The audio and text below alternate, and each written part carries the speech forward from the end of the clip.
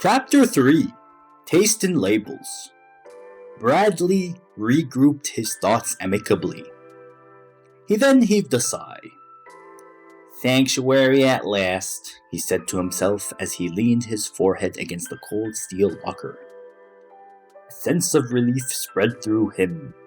He opened his eyes and turned around to walk to the gym until he accidentally bumped into the vice principal of the school. Susan Still was short, had a wrinkled face, wide eyes, and was tight-lipped. It seemed as if she was holding her breath, as if her personality trait was to suppress whatever she wanted to say sometimes. She is always tensed up, due to the strict behavior and image she upholds as a vice principal.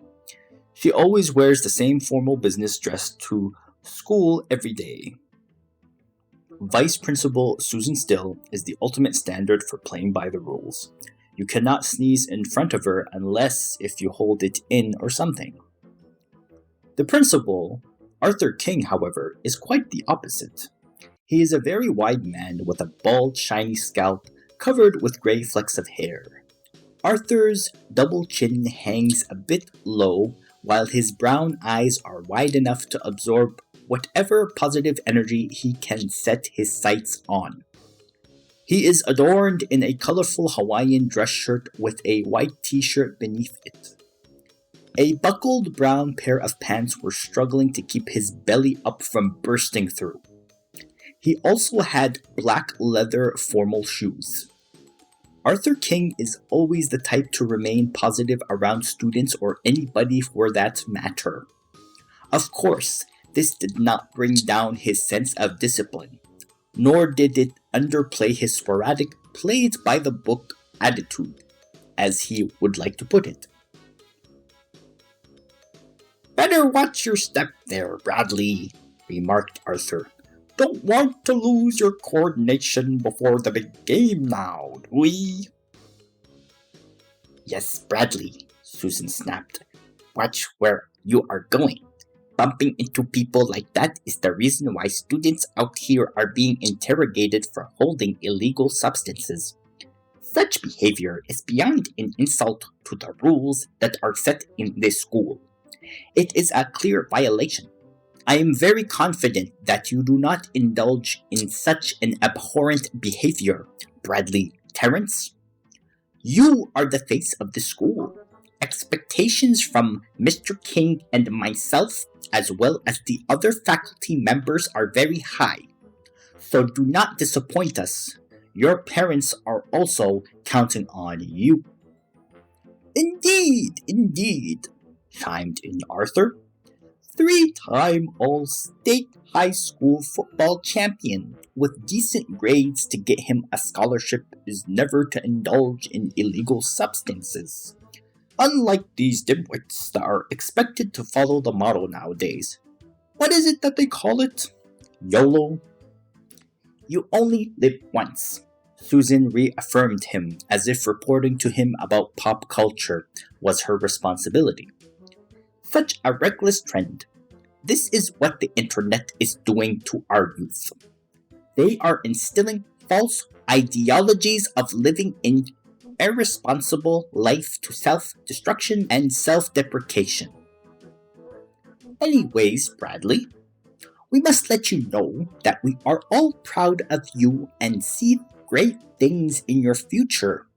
We expect you to excel in our school's athletic programs, since sports is your bread and butter, so to speak.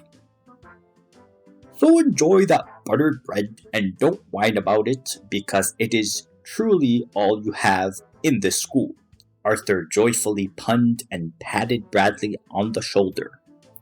Just a little food for thought to digest on your way home.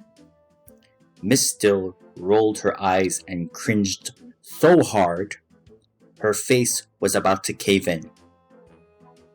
Yes, sir, Bradley simply replied. Mr. King and Miss Still both beamed proudly at their young prodigy. They looked at each other, nodded in approval, and simultaneously blinked. They both then proceeded to their offices to handle their day-to-day duties. Bradley was left alone to handle his own duty, which is loitering and indulging in self-reflection through deep monologuing. The bell rang, signifying the end of classes for today. Instead of heading to the gym, Bradley decided to admire the school's composition. There is a deep meaning within these walls and hallways. Something philosophical and intriguing emits from these mundane-looking bricks and mortar. Pieces of education hung up on the walls. A plethora of trophies and medals on display to show us how great our school is and what differentiates us from the others. Words of wisdom and motivational posters plastered on the interiors of the school, preaching and feeding knowledge to the intellectually hungry youth that run around playfully, exhausting their abundant time. This school might have a lot of undefined cliques, different and various ones. However, there is one thing that pulls them together in unity. Something deep, something inspirational, something academic. As Bradley was muttering to himself while exploring the areas of the school, he started to repeat in his head what Mr. King and Miss Still just told him. Sports is your bread and butter.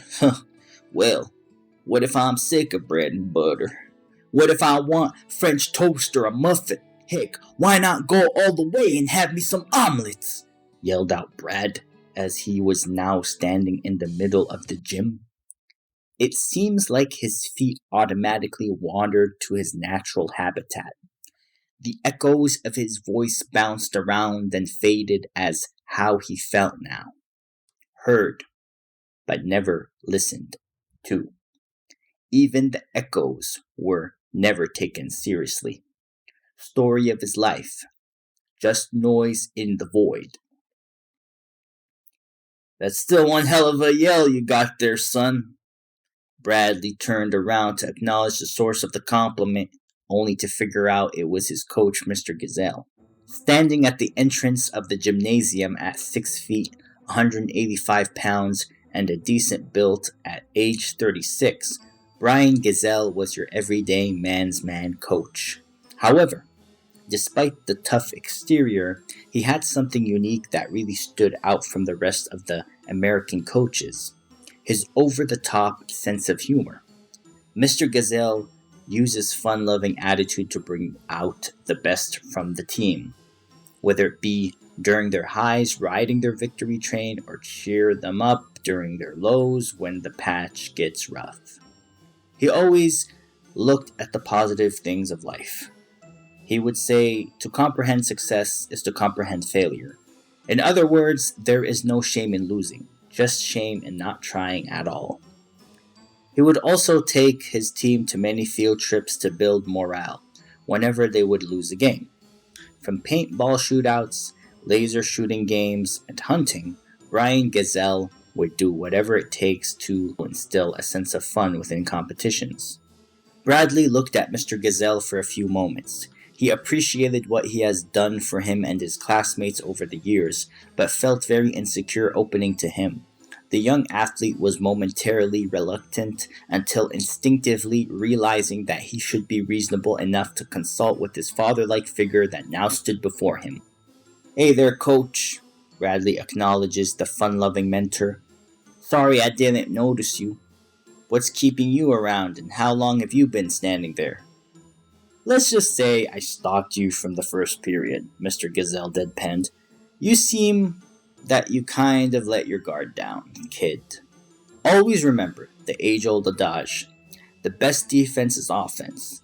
If it's methodical and well-planned, results will be reaped after the work is sowed. Again with the proverbs and preachiness, Bradley rolled his eyes and sighed. Seriously, coach, for how long? Long enough, Brian chuckled. Probably when you brought up your preferences for a variety of bakery. I gotta say, though, as a food for thought, you sure got me hungry. Bradley grabbed a nearby basketball that was laying on the ground and stared at it. He then looked at Mr. Gazelle and smiled. "Does it bother you going after one taste?" Bradley asked.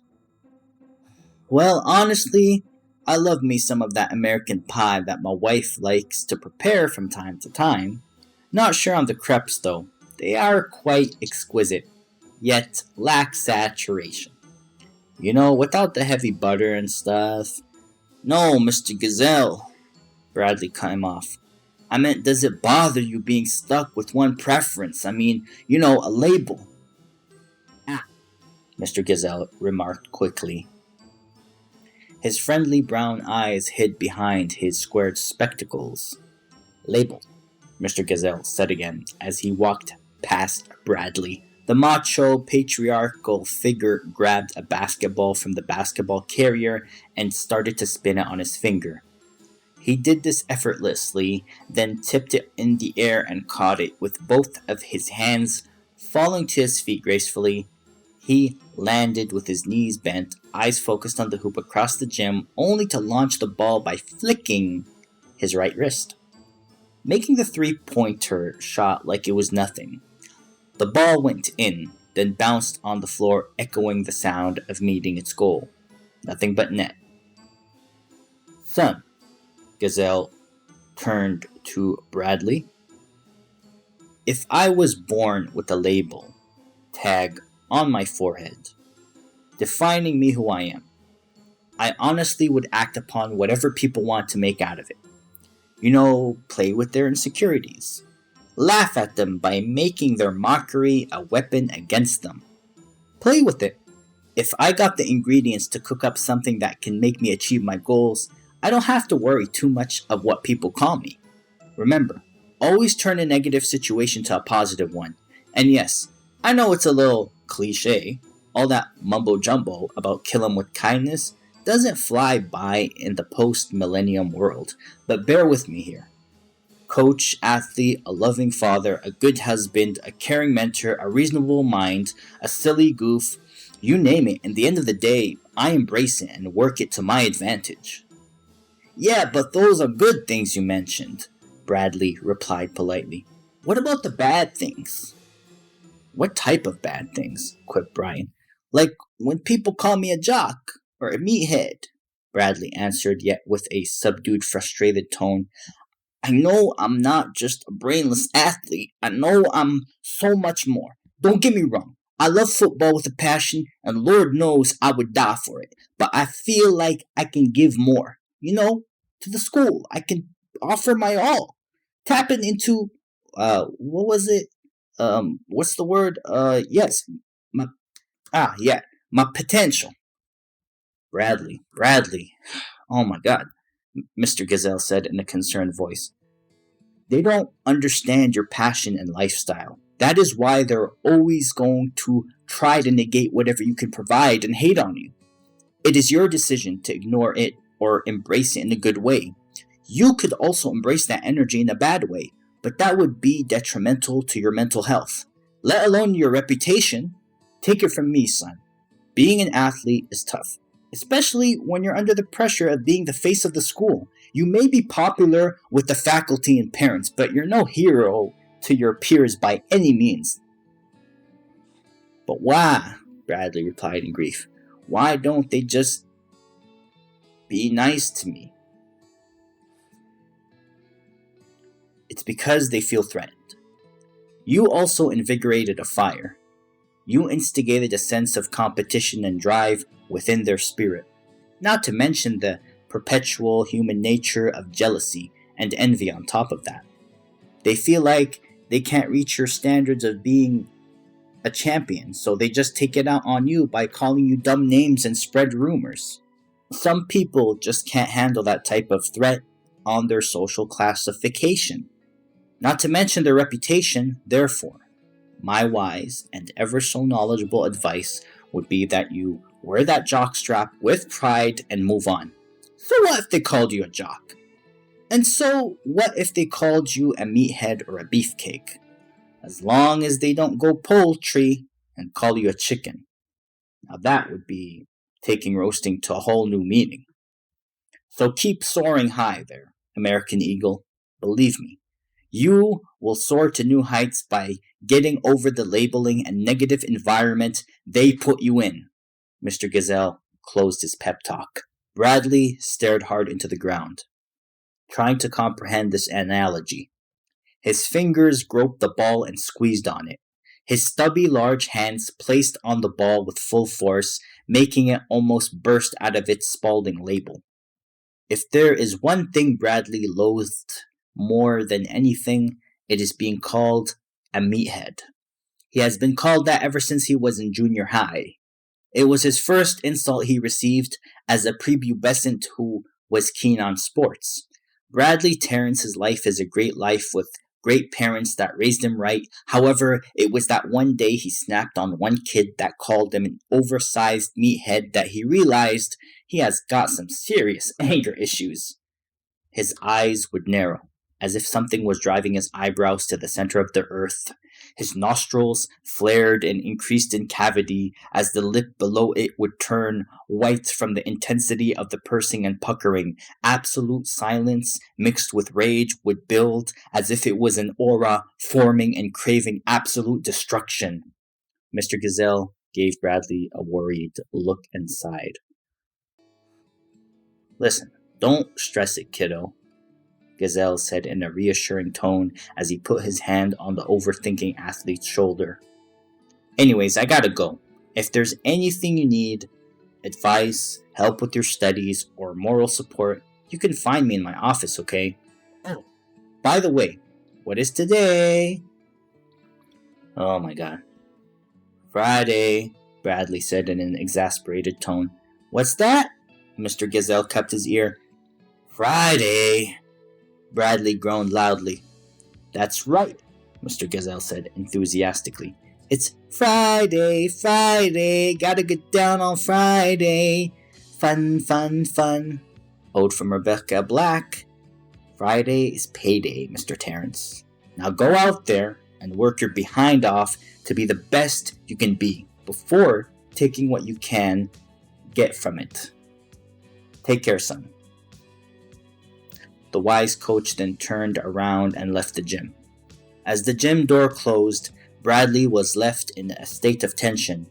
Bradley dropped the deflated item that was once a ball and left it on the court. It was as if it was sheer symbolism to what he was going to do with his life if he is not too careful. He took a deep breath and then shook his head vigorously, letting his sweat fly into time and space, as it would make him forget about his self-conflicting issues. I can take it as much as I can give in. To become stoic, Bradley said to himself as he quickly got out of the gym and tried to pinpoint what Mr. Gazelle threw at him from his pep talk. It got him fired up and reassured him to become an immovable object. Not only immovable, Bradley reassured to himself with utter confidence as he held his head up high with pride, but transcendent when it is needed, to have the ability to change in shape, weight, form, and flexibility whenever necessary. As paradoxical it may sound, it also encompasses everything, layers upon layers, where everything I present can be taken with either good or bad intentions, kind of like a piece of art. It is subjective after all, and soon enough, I shall break from the stagnant mold and all these tough barriers to explore certain things other students do not dare to emulate or duplicate for that matter, God willing.